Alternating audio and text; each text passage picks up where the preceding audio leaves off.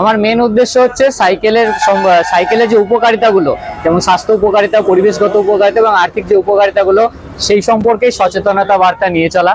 যেমন সাইকেল চালানোর শারীরিক উপকারিতা হলো, এক, সাইকেল চালালে ওজন নিয়ন্ত্রণে থাকে। সাইকেল একটা ধীর গতির ব্যায়াম, ফলে আমাদের শরীরের সুগঠন পেশি তৈরি হতেও সহায়তা করে। সাইকেল চালালে হৃদরোগের ঝুঁকি কমে। সাইকেল চালালে তারপরে মন ভালো থাকে। তো এরকম স্বাস্থ্য উপকারিতাগুলোও আছে। এবং কি ডাক্তাররা বলছে সুগার নিয়ন্ত্রণেও সাইকেল চালানো খুব একটা ভালো ব্যায়াম। তো এছাড়াও সাইকেল চালানোর পরিবেশগত যে উপকারিতা, সাইকেলে কিন্তু অন্যান্য ডিজেল বা পেট্রোল চালিত যে যানবাহন, তা সেই যানবাহনের তুলনায় কিন্তু কোনো কার্বন উৎপন্ন করে না, যার ফলে সাইকেল একটি পরিবেশ বান্ধব যান। এতে যেহেতু কোনো রকম বায়ুতে মিশে যাওয়া দূষিত পদার্থ উৎপন্ন হয় না, তো সেই জন্য সাইকেলের অবদান অনেকটাই। এছাড়াও সাইকেল যেহেতু কোনো কার্বন উৎপন্ন করে না, সেহেতু বিশ্ব উষ্ণায়ন প্রতিরোধে সাইকেল অল্প দূরত্বের জন্য একটা খুব ভালো যান আমাদের সকলের কাছে।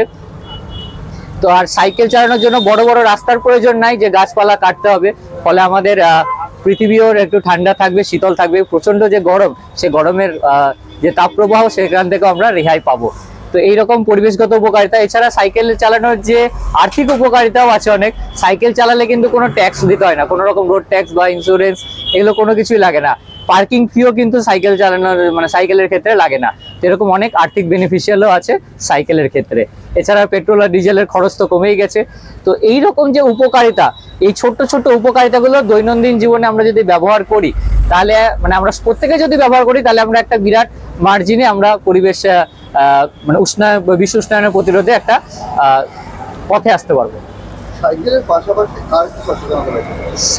সাইকেল চালানো যেরকম সবুজের উপর করছে, বিশ্ব উষ্ণায়ন প্রতিরোধে সাইকেল চালানো একটা খুব ভালো যান। তো সেই সাথে আমি বৃক্ষরোপণও করছি। দুর্ভাগ্যবশত আজকে আমার কাছে কোনো বৃক্ষ নেই, তবে রাস্তায় নার্সারি পেলে আমি সেখান থেকে কালেক্ট করে নিই, একটা হোক, দুটো হোক, পাঁচটা হোক। তো সেই বৃক্ষগুলো আমার কোনো দায়িত্বশীল ব্যক্তির কাছে দিয়ে যায়, অথবা যে আমি আত্মীয়দের বাড়িতে গেছি তাদের বাড়িতে আমি রোপণ করে এসেছি নিজের স্মৃতি হিসেবে। এবং সেই গাছগুলো যখন বড় হবে, সেই গাছগুলো নিশ্চয়ই অনেক পশু পাখির পাখির বিশেষ করে তাদের বাসা হবে এবং অনেককে শীতল ছায়া দেবে। কবে থেকে এই যাত্রা শুরু হয়েছে, কতগুলো বৃক্ষরোপণ আপনি করেছেন? এই যাত্রা আমি শুরু করেছি বিশ্ব সাইকেল দিবসে 3রা জুন, লালগোলা মুর্শিদাবাদ থেকে। আজ আমার 65 দিন। এই 65 দিনের জার্নিতে আমি খুব বেশি না, কাছাকাছি নিজের সামর্থ্যে যেহেতু করেছি, তো 21টা গাছ নিজে কিনে আমি রোপণ করেছি। আর এছাড়াও যে সরকারি সপ্তাহ চললো, অরণ্য সপ্তাহ, সেখান থেকে প্রায় 23টা মতো গাছ আমি কালেক্ট করেছি সরকারি বিভিন্ন দপ্তর থেকে, এবং সেগুলো মানুষের মধ্যে বিতরণ করেছি আমি। আমার নাম হচ্ছে প্রসেনজিৎ দাস, সকলে আদরে যোজো নামে ডাকে। আমার বাড়ি লালগোলা, মুর্শিদাবাদ। এই সাইকেল চালানো ছাড়া আর কি করা হয়? সাইকেল আপাতত আমি এটাকেই ক্যারিয়ার করতে চাইছি। আমি সাইকেল নিয়ে অ্যাকচুয়ালি বিশ্ব ভ্রমণের উদ্দেশ্যে বেরিয়েছি, যার প্রাথমিক পর্যায়ে আমি পশ্চিমবঙ্গে 23 জেলা ভ্রমণ করছি। পশ্চিমবঙ্গে 23 জেলা ভ্রমণ হলে আমি উড়িষ্যা, অন্ধ্রপ্রদেশ, তামিলনাড়ু হয়ে প্রথম বিদেশ শ্রীলঙ্কা যাওয়ার ইচ্ছে, এবং শ্রীলঙ্কা থেকে ফেরত এসে আবার দিল্লি হয়ে আমি Nepal, Bhutan, Bangladesh, Myanmar, Laos, Cambodia, Vietnam, Thailand, Malaysia, Singapore, এইভাবেই কন্টিনিউ রাখবো। তো আপনাদের সকলের আশীর্বাদ ভালোবাসা পেলে নিশ্চয়ই এই দীর্ঘ জার্নি ধীরে ধীরে কমপ্লিট হবে।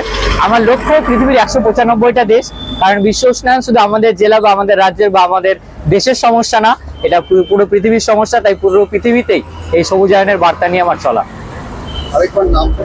আমার নাম প্রসেনজিৎ দাস, সকলে আদরে যোজো নামে ডাকে। বাড়ি লালগোলা, মুর্শিদাবাদ।